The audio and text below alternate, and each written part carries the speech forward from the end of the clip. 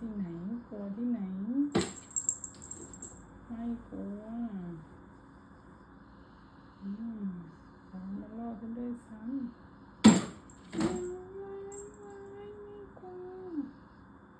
เต้าหู้ไม่กลัวปลาทูจ้าเต้าหู้ไม่กลัวปลาทูจ้าออกมาอีกแล้ว